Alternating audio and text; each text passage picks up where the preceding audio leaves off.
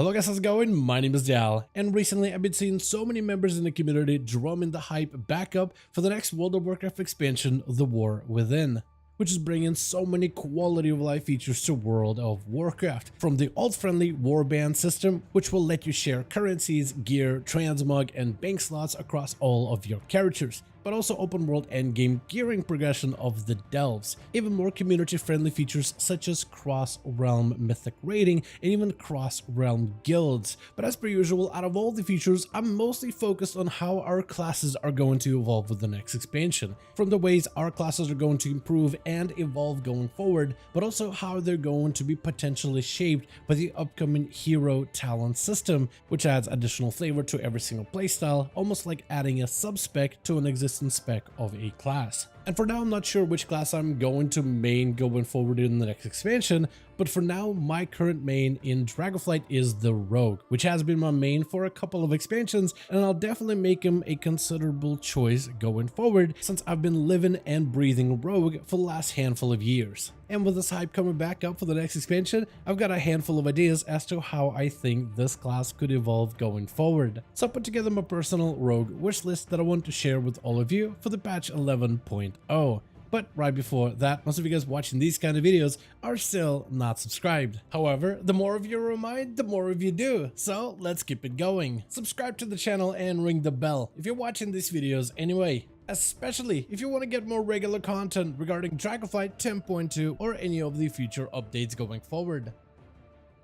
The first spec on our list is Assassination, which is easily the community's fan favorite that saw some of the biggest reworks in the patch 10.2, with talents that improve cleave as well as AoE damage, destructive Kingsbane burst windows, but also better support for bleeds as well as your weapon poisons. Patch 10.2 has created a great foundation for Assassination to build on heading into the War Within, and there's a lot of various ways that the spec could take shape going forward. When it comes to the main flavor of Assassination is you're meant to be a master of poisons. However, I think this main mechanic of weapon poisons could use additional improvements.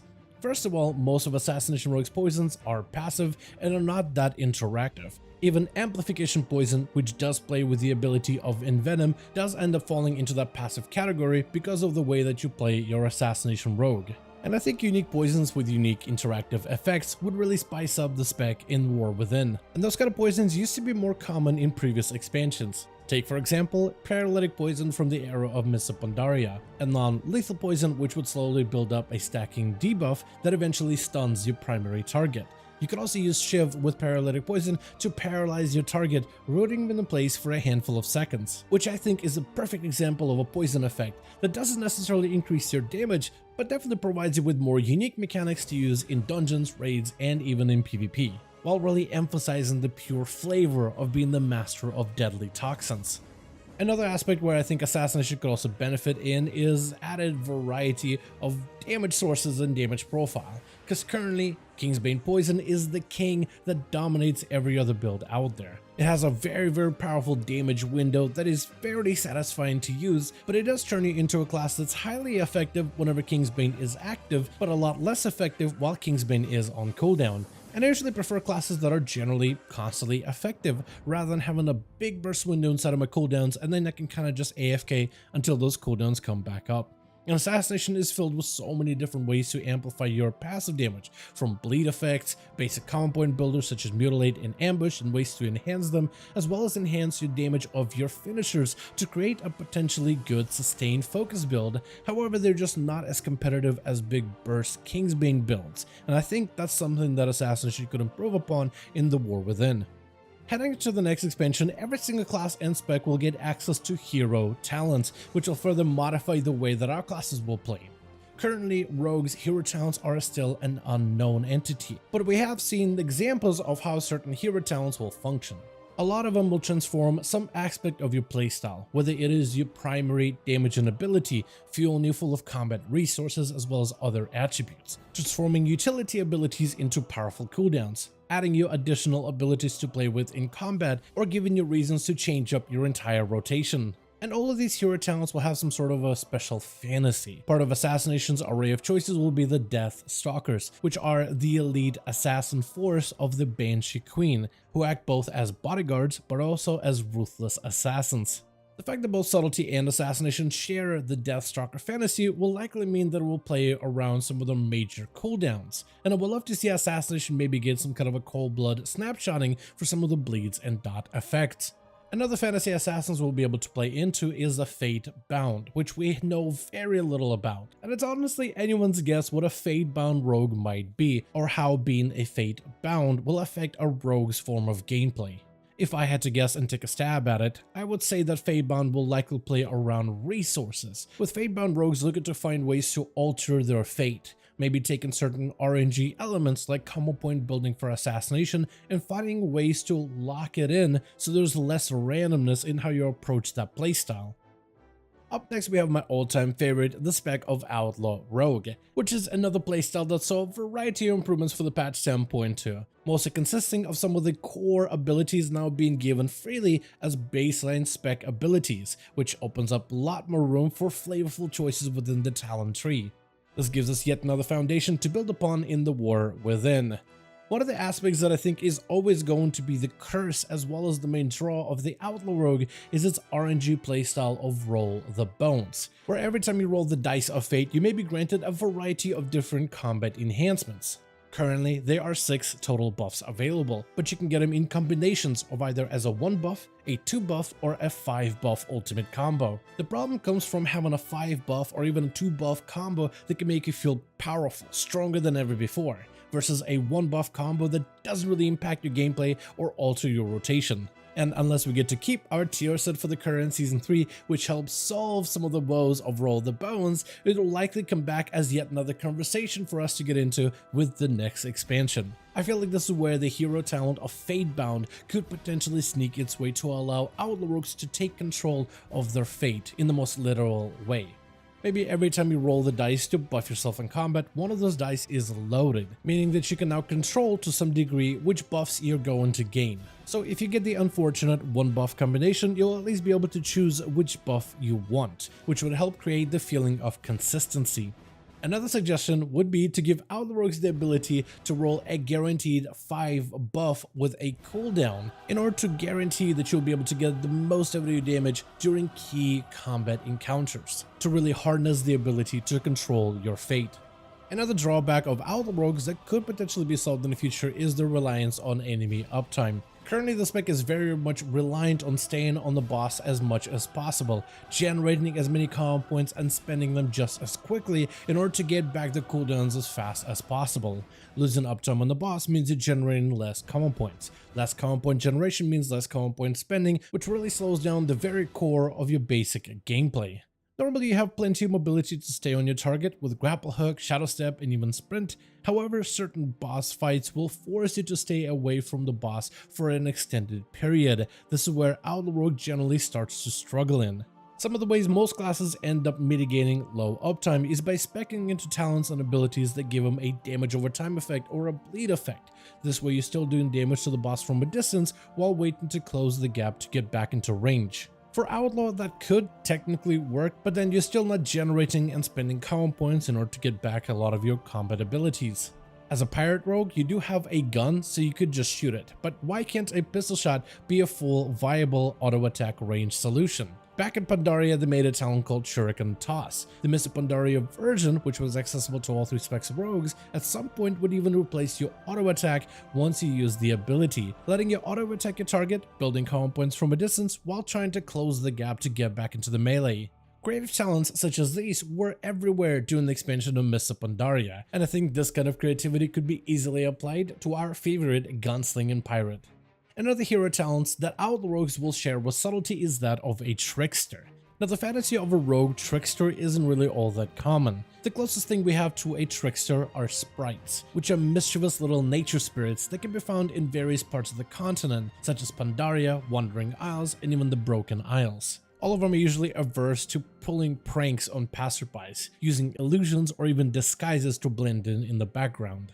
This got me thinking, what if rogues had access to various illusions to help confuse their enemies? Think of mirror images from a mage, or how monks are able to split themselves into images using their storm, earth, and fire abilities. What if Outlaws could create mirages, while Subtlety rogues created shadow clones in order to give them their own unique flavor, while also being able to summon versions of yourself to draw attention from you in open world content or add additional damage as you attack enemies within PvE or PvP.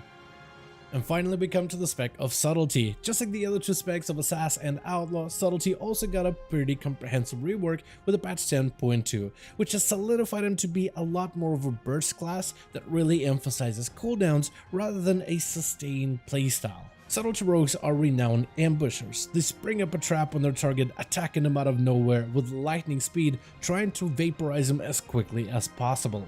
And one of the key areas that makes Subtlety so deadly is their ability to enhance their finishers. Whether they get to spend their comm points to eviscerate one target or strike multiple enemies at once, leave their targets bleeding with a ruptured wound, or use secretive techniques to take out multiple enemies at once. And I think Subtlety could continue to build upon finishers and become a finisher spec of rogue. Similar to Assassination and the lack of bleeds, I think Subtlety kind of lacks finishers, especially when it comes to some of the flashier finishers that do cool things. Secret technique for the most part replaced an old finisher, which was death from above. A PvP talent which used to have a lot more of a PvE purpose. The talent was a multi-part talent that would spring you up into the air while doing cleave damage to everything around you, and then you would dash at your target, covering mass distances, and then finish it off with a powerful, satisfying eviscerate. It had multiple moving parts, like being able to close the gap or even evade crowd control. Being able to jump up in the air meant you could even avoid certain abilities that were ground level. And I think that's something Subtlety is really missing, flashy finishers that have multi-purpose to it, or even, let's take more practical finishers that may be niche but do serve a purpose. Subtlety does kind of somewhat struggle in 2 and 3 target scenarios. You're great at single target and you're great in large packs of enemies, but cleaving a couple of enemies at a time or even enemies that are super spread apart does become a little bit more difficult. And what if there was a finisher designed for that specific purpose? Like maybe a stronger version of Rupture that lets you teleport to an enemy, bleed him very quickly, and then come back to your initial location. Maybe letting you split with your shadow clones as you bleed up multiple targets at once. It might be a really specific example, but I hope you get a point. A finisher that accomplishes a very specific task, that allows Subtlety to play into the whole finisher playstyle and use these finishers in different situations to truly maximize their output. For Subtlety, when it comes to the hero talents, the Deathstalker I feel like will complement them. While we don't know the details of the Deathstalker and how it affects Subtlety and Assassination rogues, it is shared between the two specs, which are known to have some of the best burst cooldowns available, and will likely leverage those cooldowns or that bursty playstyle, which will make Subtlety even stronger, creating a very easy synergy to build off of. And when it comes to the Trickster, we mentioned earlier how Subtlety might be able to take advantage of a shadow clone mechanic similar to the Outlaw rogue suggestion, which would really fit its ninja aesthetic and feel, since it is the only spec that plays off of a ninja fantasy with its shadow steps, vanishes, shuriken tornadoes, and shuriken throws. But if I had to include some more creativity here, what if there was a way to utilize illusions in different ways that rogues have never been able to do before? For example, what if you could create an illusion to quickly distract an enemy, drawing attention away from one of your party members, like the tank, maybe in Mythic Plus dungeons? Similar to how balance druids used to run Force of Nature in order to help draw the attention away from your tank, it was a useful tool to take away some stress from the tank. Maybe there's a powerful enemy in a dungeon that will shred your tank's armor when a certain ability is cast, but if you were to summon 3 ants to help, they would draw the attention to them, letting them get shredded while the tank's armor remains intact. And Subtlety rogues that are tricksters could potentially summon similar illusions to draw the attention away from the tank. This would not only open up additional new gameplay elements that a rogue would be able to take advantage of in content like Mythic Plus dungeons, but it would also help expand their utility in smaller group content, giving them additional tools they've never previously had before. And for now, that's going to be my full list of wish lists and ideas that I think could make rogues something special in the next expansion of The War Within. Super excited to see what kind of hero talents we'll actually be able to play with and how they'll adapt and change our gameplay. The Deathstalker one is the only one that I've seen anybody in the community talk about that looks the most interesting, and will likely can predict that it's going to revolve around subtleties and assassination cooldowns. But the Trickster and the Fatebound are really up to our imagination, and I cannot wait to see what kind of hero talents we'll be able to play in the next expansion. I want to thank all of you guys so much for watching this video, and I hope you guys enjoyed. Let me know your thoughts in the comments below, and if you were to construct your personal rogue wishlist for 11.0, what features would you want to see for every single rogue playstyle going forward? As per usual, if you guys enjoyed this video or found it informative, go ahead and give it a thumbs up. I would very much appreciate it. And as always, in the description of every single video and live stream, we have a link to our Discord community channel. Probably the best place to reach out to me directly in case you want to let me know what you thought about this video or hang out with the rest of the community to discuss some of the upcoming changes. Join our Discord to become part of the community. But otherwise, thank you all so much for watching this video. I do hope you guys enjoyed. Let me know all of your thoughts down below. And as always, I'll see all of you guys in another video.